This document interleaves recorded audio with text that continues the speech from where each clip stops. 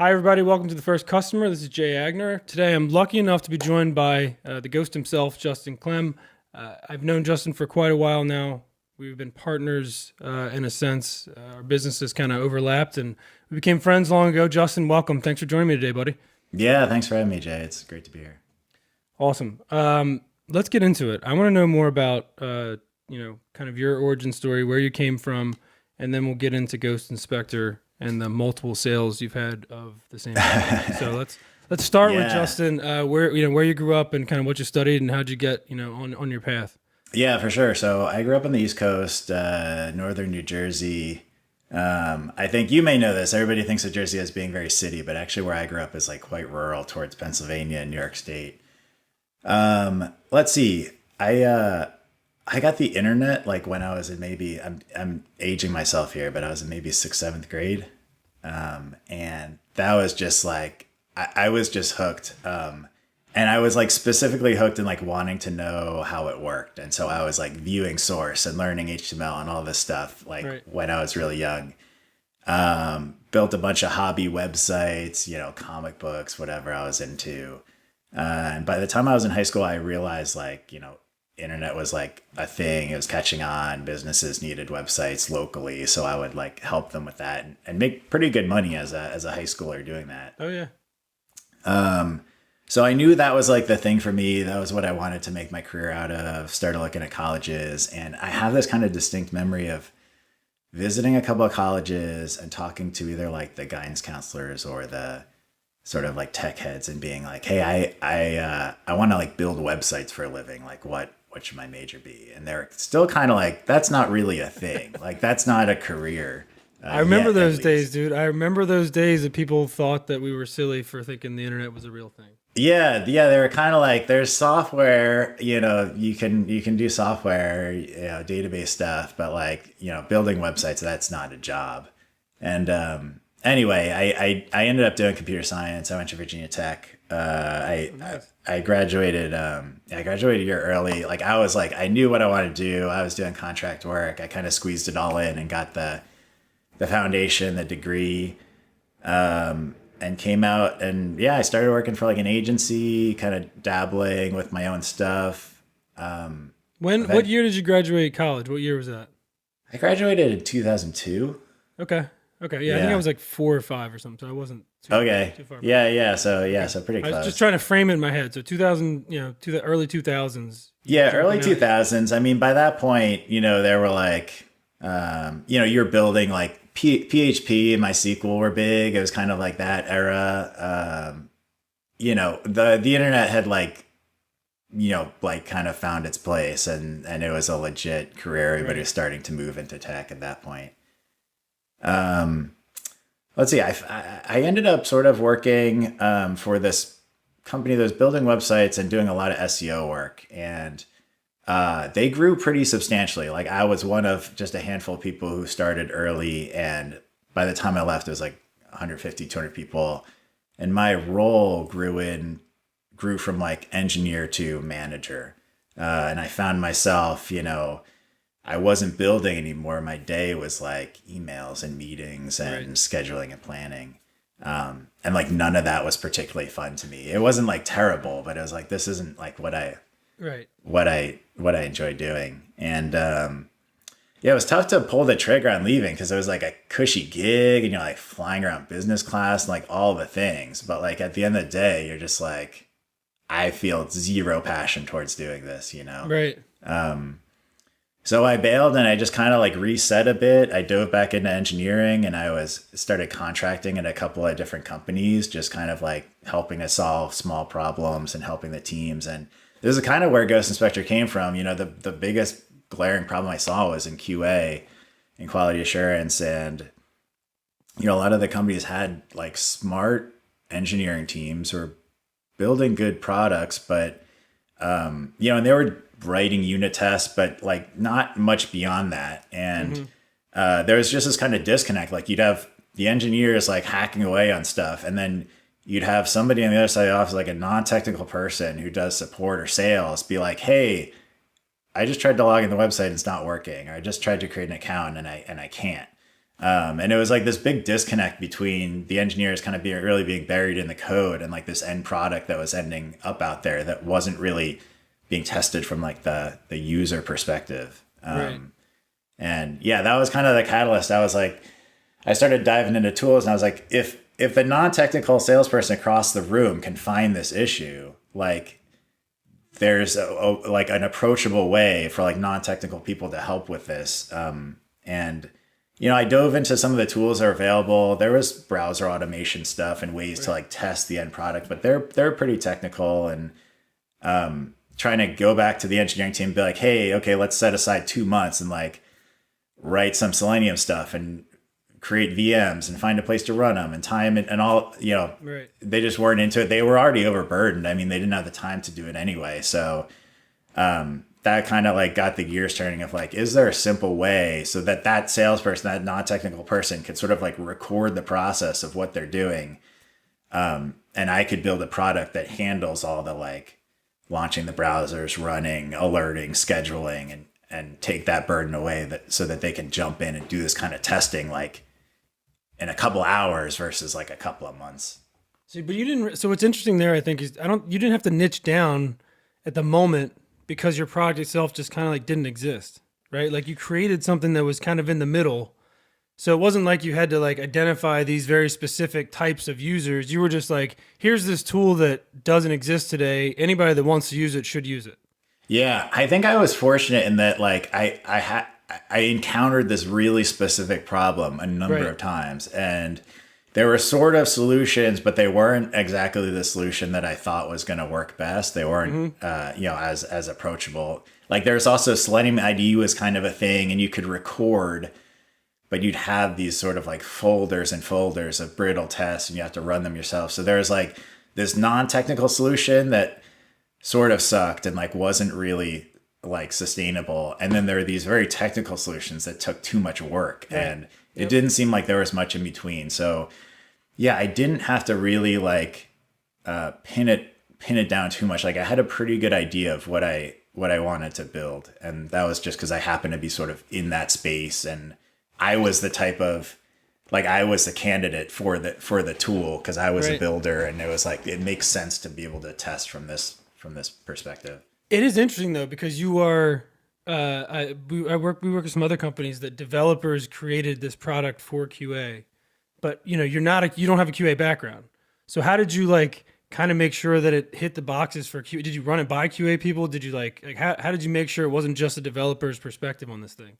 Yeah, I think like I had even though I guess maybe my strongest skill, like it's not that I'm a great engineer or that I'm a good entrepreneur at all or any of these various things, but I'm kind of like okay at a lot of things. And that means that engineers tend to get like really buried in the technical details and create these Swiss Army knives of products that like nobody can use except them. And fortunately, I have a pretty good sense for like kind of user experience. And so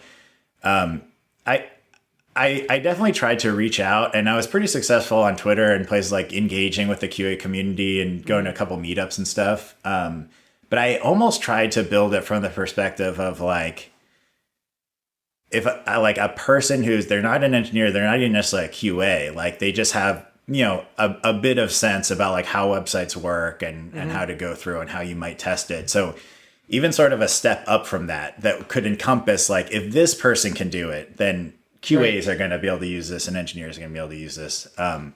So I think I cast a pretty broad net in terms of like who could use this. And so, yeah, I mean, as time goes on, you start to learn more like, oh, QAs, they actually need this type of report, or these are the kinds of things they want.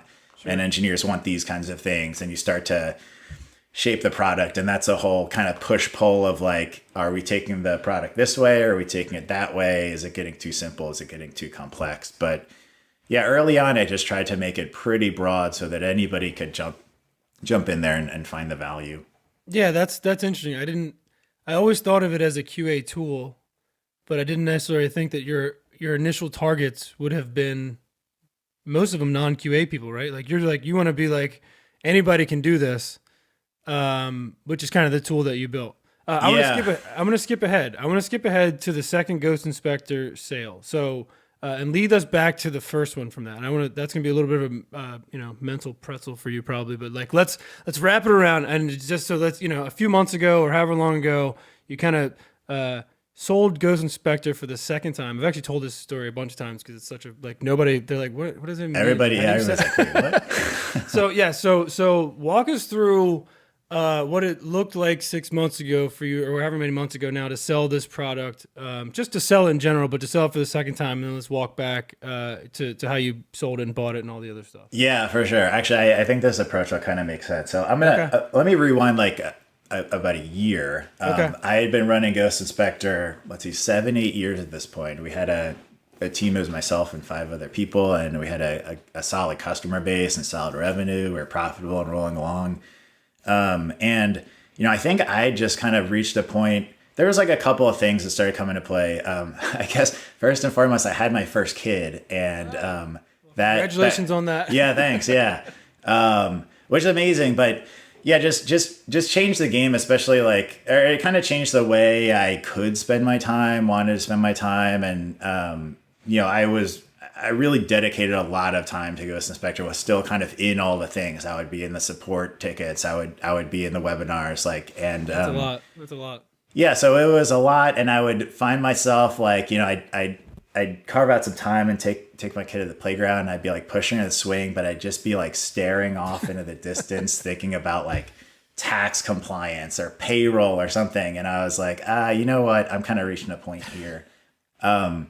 But then also, yeah, like I think I'm like kind of like the same with that management role. Like I'm really kind of a builder, and I think I'm maybe like, they talk about founders who are like maybe a 1 to 5 employee kind of founder, or 1 to 10, Right. and then there's like Yep. the 10 to 50, and I'm definitely like a 1 to 5 kind of founder, and I felt like I had kind of taken Ghost Inspector to where I was able to take it with my entrepreneurial like side of things, and marketing and sales, and that it could benefit from maybe some that leadership to take it to the next level. So I started kind of like feeling around, like what are some of the options here. And if you're looking for an acquisition, there's kind of different types of buyers. There's what you think of as a strategic acquisition, and that in our space that might be like Sauce Labs or Browser Stack, or some of these bigger companies that look to buyers as sort of either pull it into their product or get some of your team or expertise in.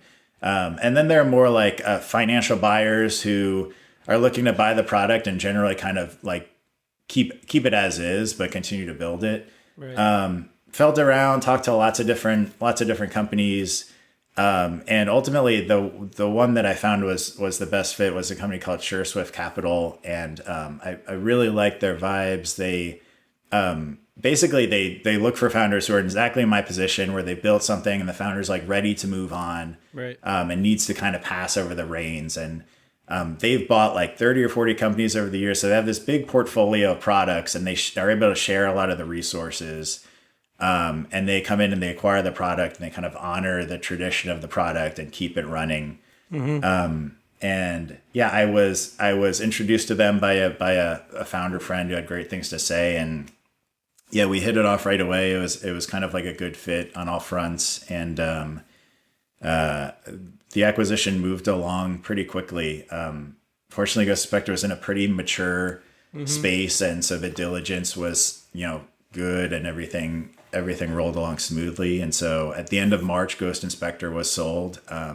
Some of the team members stayed, some moved on, some new team members were added, and I had been around for the past 6 months, just kind of consulting and making sure everything goes smoothly.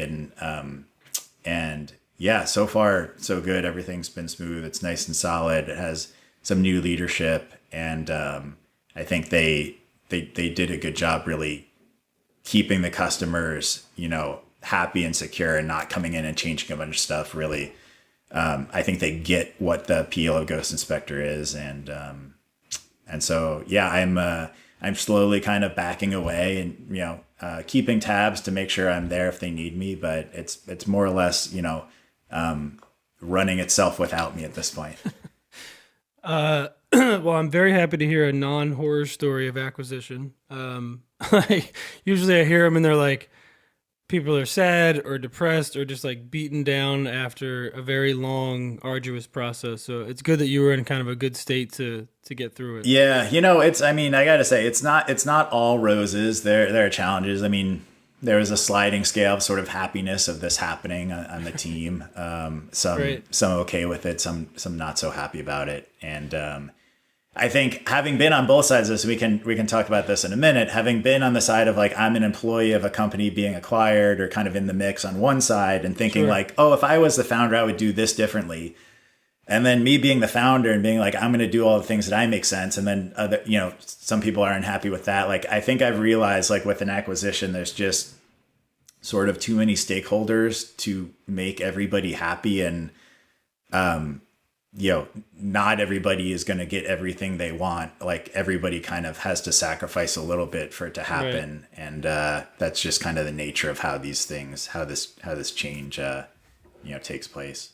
Well, I will say that you did hit something on the head because we've gotten, I think, 2 referrals from Ghost Inspector in the past couple months, and we hadn't gotten any, in however many years. So I'm like, they maybe they've thrown some money at some marketing or something at like some different places, and I'm like, it's something they've tried something different with their strategy, and I'm like, I'm happy to see it for the brand. I'm just curious, like, did they tell you they're gonna go what they're gonna do differently, or how they're gonna go differently, or how different was it from how you ran it? Yeah, it hasn't been a big change, I think, because they largely like want to avoid coming in and like off the bat changing all the things. Sure. on a pretty mature product. And so I think it's like really getting their bearings, but we've always been like very, and this is my personality, product driven growth. That wasn't I don't think that was a word like 8 years ago, but that's what I did. It was like, I don't really do sales and marketing. I don't really want to do any of that. I just want to make the product better and better, and hopefully people learn about it, use it.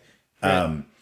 But and we've ended up where we've got this pretty good mature product. And I think the place we've underemphasized is in sales and marketing. And we've done some demos, but, not to the extent that like a company in our place would typically be doing. And I don't think they're going to come in and go from like, 0 to 100 on sales and marketing, but we really underemphasized it. And I think they have the expertise there to just get the word out more, do some marketing campaigns, like do a little outbound sales, jump on those demos and make them happen. Whereas we were like really passive about that. So maybe that's kind of like a reflection of what you're seeing.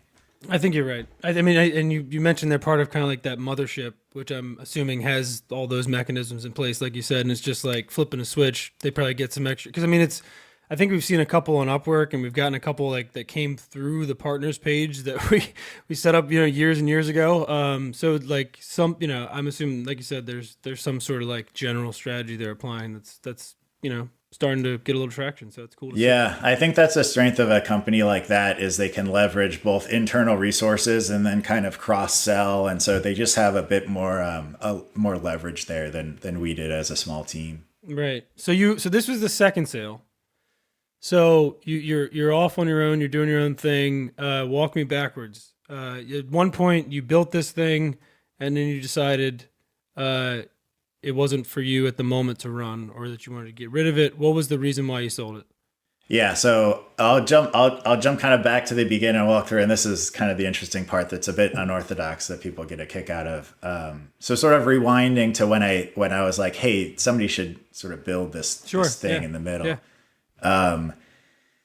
Yeah. So I started, once I kind of realized like this was a space, there wasn't much there. I started dabbling with building something, and just kind of like part-time. I eventually threw some pricing up and, kind of see what the interest level was. And I started getting some traction, and it's funny, we can talk about this later. Kind of, there's a couple of customers early on that was kind of like, I mean, it was slow going, but there's 1 or 2 names that I recognized, and I was like, "Oh wait, if they're willing to pay for this, I'm dying to get there." But let's go through the story for that's the fun part. But let's get through the rest. Yeah. So I'm maybe 6 months into this. I've got maybe $500 a month in monthly revenue. It's not crushing it by any means. I've got maybe 10 customers. And a company called RunScope, who was based in San Francisco, found me, and they were centered on API testing, and they had gone like the venture capital route. They'd just raised a Series A. They'd raised like $7 million, and they reached out. I don't even know how they found me, but they're like, "Hey, we're like kind of like looking to build something like you're building, and to kind of complement our product. And we think it's awesome what you built. Like, would you have any interest in selling it or joining us?" And it seemed like a really cool team, and it was early enough where I was like, "Hey, I don't even know if this will go anywhere."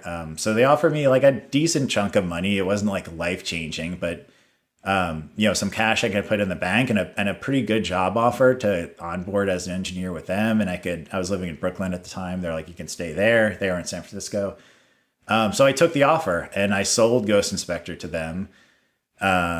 Took the cash, joined as an engineer, and basically just ran it under their umbrella, with their support. We did some integrations with RunScope, and I did that for about a year and a half. And it was great, like great company, cool startup, like vibes and story. And then after about 18 months, they went to raise their Series B, their next round of funding. And they were really struggling to do it. They had just been like sort of burning. They were growing, for sure. They were growing, and Ghost Inspector was growing nicely, but it was just kind of a mismatch of how much they were spending and the rate they were growing, and investors like weren't going for it. So yeah, they tried and tried. They raised what's called a bridge round from their existing investors, which is kind of like, here's 6 weeks more cash. Like, you got to figure it out. Right. So they went and like tried to get an acquisition. They got really close to an acquisition. Like, it was like a 30-day window to close this acquisition. And on, I think, day 27 or 28, like enough of the engineers at RunScope were like, "We don't like this. We're not going to join," that the acquisition fell through. And at that point, they were like literally out of money. Like, they had a meeting. I was on the call, but like, everybody goes in the office, and, the founder, John, was like, "I'm sorry, guys. Everybody literally right now is laid off. We actually have zero or like negative money in the bank." Like, there were tears involved. Like, it was pretty sad. And of course I was bummed because Ghost Inspector was actually like, I was still running it, but it had grown pretty nicely. Like, it could have been self-sustaining if it was spun off, right? It was still its own little bubble. And so, yeah, I was pretty bummed for a couple of days, and I was like starting to, I don't know, decide to let it go. And one of the other engineers there was like, "Hey, you should just talk to John to see if you can buy it back. Like, they might go for it." And I'm like, "You know what? I should try that." And, yeah, I talked to John and Frank, and I was like, "Listen, I would buy this thing back. I've still got the money you gave me in the bank. We can, kind of adjust it as needed." And they were like really cool about it. I mean, John tells it like I saved them, because the money I gave them back, actually, like, they were able to pay off their debt and get back positive and kind of like survive. And they end up surviving, rebuilding, and they got their own exit, which is awesome. So he tells it that way, but really, like, they were very gracious, like, in letting me buy back, this product at a very reasonable price. And we're like, "Here, like, good luck with it." And, yeah, so that was in 2016. And I just started running with it. I ran it solo for, probably like 2 years. It How was much enough revenue? money to... What was the number coming in, like monthly or yearly at that point? Yeah, so it was like, when I sold it to them, it was maybe 500 or 1,000 a month, and I think when I bought it back, it was more like 20,000 a month. Wow, nice. So it was like, certainly enough to like, expend, the hosting, obviously, some technical expenses, but apart from that, enough to give myself a decent salary. Right. Yeah, and just kept it growing, and fortunately, it just grew really consistently, and I kind of, was very careful about when I thought it made sense to bring people on, and trying to find the right people, and slowly just added Renata first, who was kind of sales and support. And then I added our first engineer, Aaron. And yeah, each year, or maybe every 18 months or so, when I felt like we were like very secure financially, like to do it, we'd add a team member. And, yeah, and fortunately, it was just up and to the right. I mean, it wasn't like hockey stick growth, but it was just growing and chugging along, and yeah, then things were good.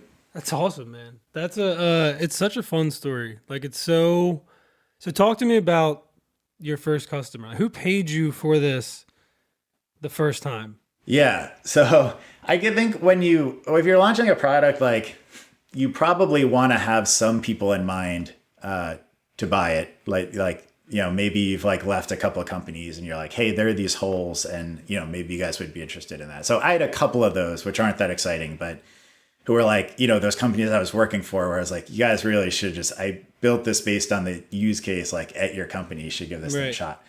The customer that came in that like, where I was kind of like, oh, cool, was Asana. And they're like project management. I know who they are. I think they're like public now, very large. And I think they must have been like number 2 or number 3. I have no idea how they even found it. But yeah, somebody on their team, signed up, and they were largely using it for like, the screenshot comparison to make sure as they were changing some of these things, they looked the way they were supposed to look.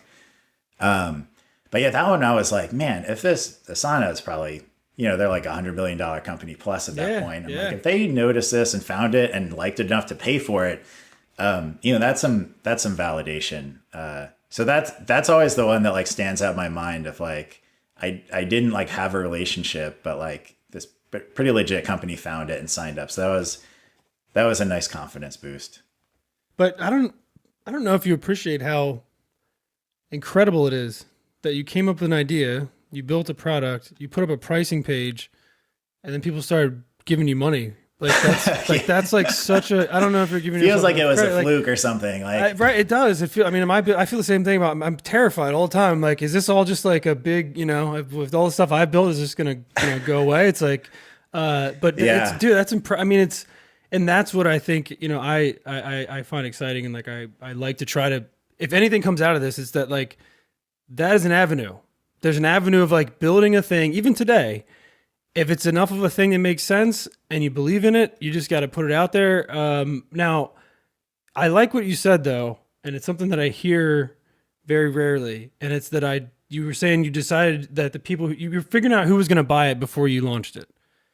A lot of people do it the other way, and I talk to people all the time. They're like, I have this really cool product, and it does this and this and this. And I'm like, well, who is your target market? They're like, well, we don't know yet. And I'm like, well, that's not going to end well, right? Like, it's like, so how did you kind of start to define, and you mentioned some of it's like people you used to work for and you saw the niches there, but like how did you kind of expand from that to find people that would be targets for you? Yeah, some of it, I remember being on Twitter, and I like my Twitter, I'm not particularly active on Twitter, and probably like a big portion of my follower count is just like BS now. But at the time I was actually kind of coding a lot and launching a bunch of open source stuff, and I had like a pretty decent following of engineer-ish kind of people. And I think I started kind of tweeting about like what I was thinking, or I might have put up like not quite a landing page, but I guess sort of like a landing page where I was like, hey, I'm building this thing with kind of an explanation, maybe a screenshot, and like a news, like a sign up for your email to get updates. Right. And like, I was actually surprised, like after I tweeted that, or, kind of shared it a couple of times, I think I had probably 60 or 70 emails like after a day that had signed up. And, that was kind of surprising to me too. Huge. Like, that was, pretty big when you're kind of starting from scratch. And I was like, oh, cool. Like there's like people are interested in the space. Like this is a problem people are having. But I think you've got to talk to people. You've got to talk to people other than your friends too. Your friends and family are just gonna be like, "That's a wonderful idea, right?" Like, I would buy that. I mean, even a lot of the people you talk to, like some of the companies where that I consulted at, and I'm like, "You guys really should pay the $99 a month for this. Like, it's gonna solve this whole problem." Like, they still won't. Whatever. Like, they're just not gonna do it. And that's fine. But yeah, you've got to put together a pool. And even if you're like not 100% sure who your audience is, like you should have some scenarios in your mind, and you should know who those types of people are going to be. Are they support people? Are they sales? Are they marketing? Are they engineers? Like what kind of bucket do they fall into? And then find places where you can meet those people. If you're social and extroverted, you can go to meetups. I'm not social or extroverted. Like, so I get like social anxiety trying to go do like networking. That's not my jam, but if that's it, then find communities online. Like there's actually a lot of discussion that takes place on LinkedIn, even though everybody makes fun of LinkedIn. I feel like I see all kinds of conversations happening there and people like wanting to learn. Twitter's another one, but yeah, you really got to try to put together a pool of at least 20, 30, 40 kind of people who are going to give this a look and give this some kind of validation. That's got to happen pretty early on. Like you can be brainstorming product and thinking it through and maybe even tinkering, but you definitely don't want to like start building out a whole product and you don't know who's going to use it specifically. Like there's nobody in mind and you haven't talked to these people. You're kind of setting yourself up for failure there.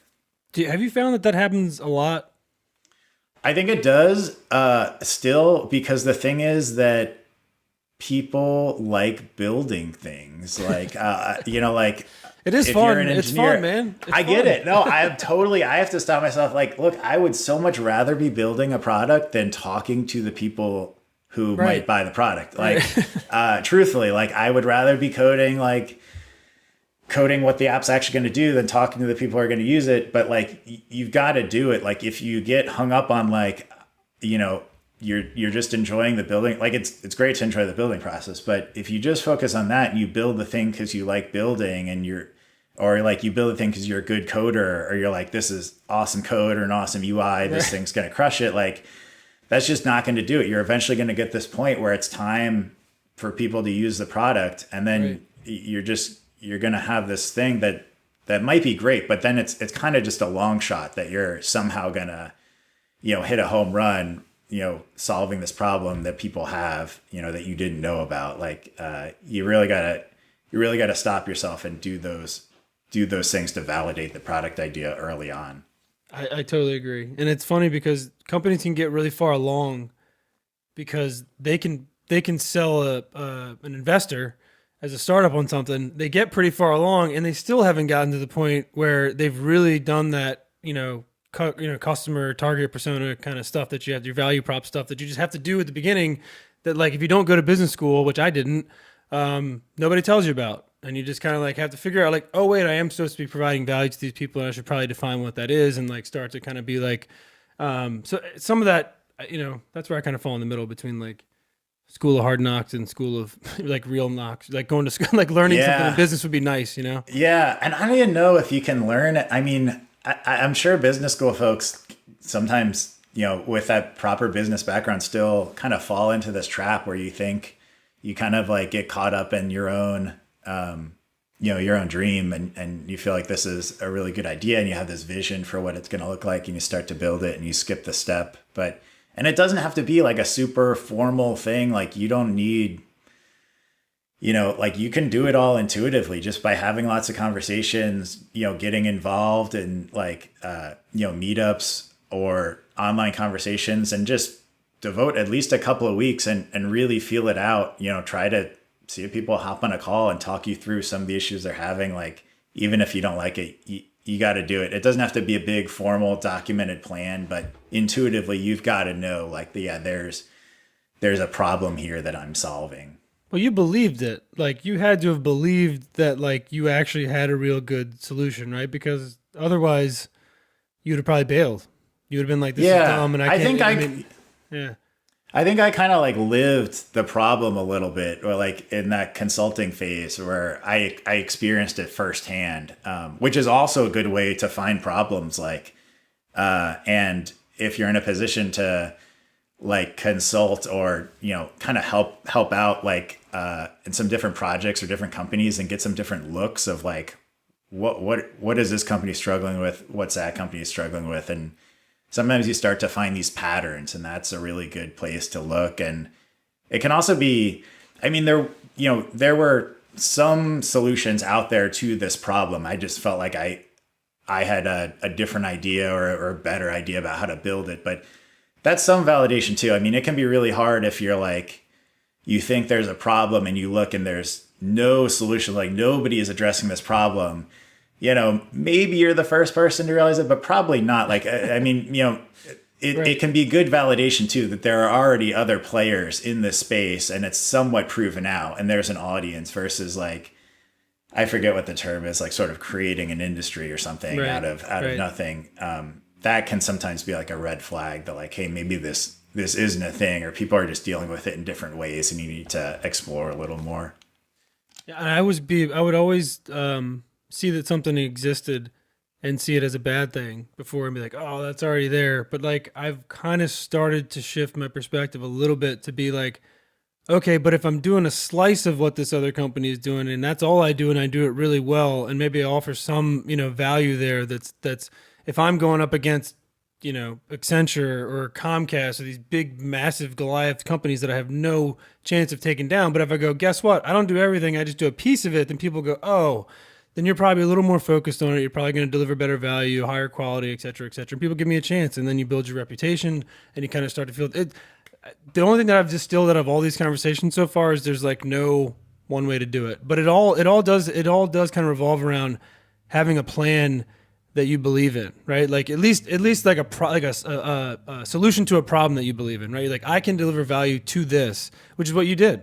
And that's impressive, dude. So what is next for you? Like, are you just like kind of relaxing and like, now you're in Seattle and you're just what do you go watch like killer whales off the coast and stuff? Is that what they do there? I don't know what they do. Yeah, no, that's a thing. Yeah, I'm really like relaxing. Everybody, especially even like the week after when I started telling people, they're like, "What's next?" Okay, like I'm sure you've got the next startup up your sleeve, or like, right. Are you going to be going, to Mexico, laying on a beach? And I'm like, man, I'm going to be taking my kid to the playground. Maybe I can exercise more. I can like. Have time to cook dinner for my family, all those kinds of things. Do you like to cook? Are you a cook?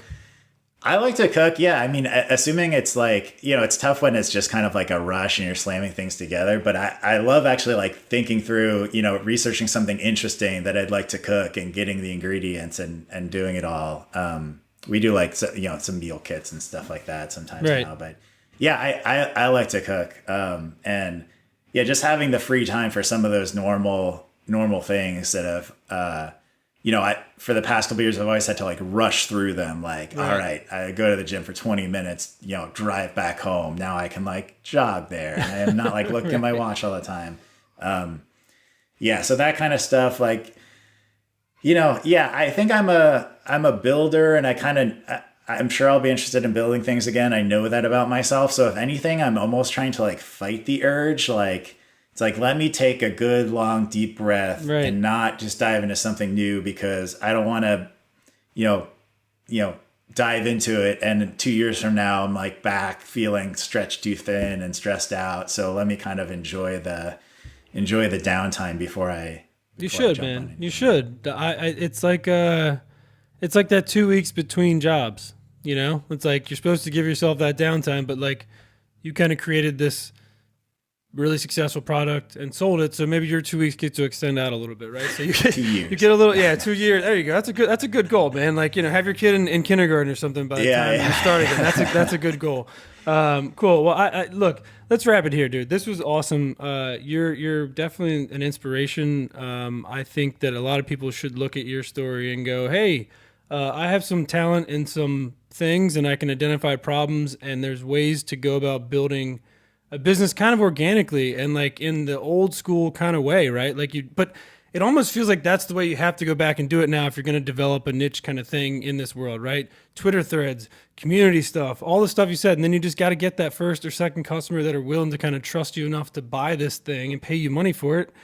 And, you're Justin Klemm off, in the Mexico sun on the beach after you sell your company twice. That's how it ends.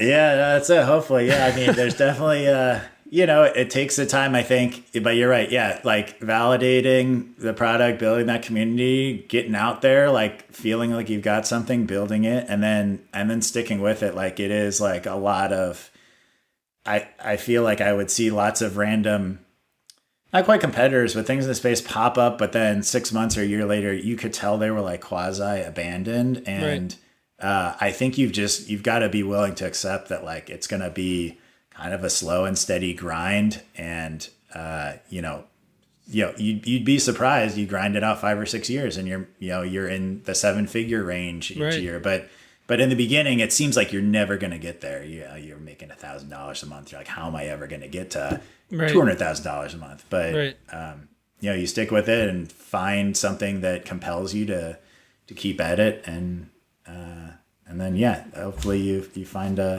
exit or a happy business lifestyle that does it for you. Yeah. Well, you are a hero to many, I'm sure, my friend. I'll make sure everybody sees this. Justin, you're fantastic. Let's catch up again next time in Seattle. Oh, my wife went to Seattle, and she Nice. did there's a hot tub boat thing. Have you seen Oh yeah, it? that's a thing.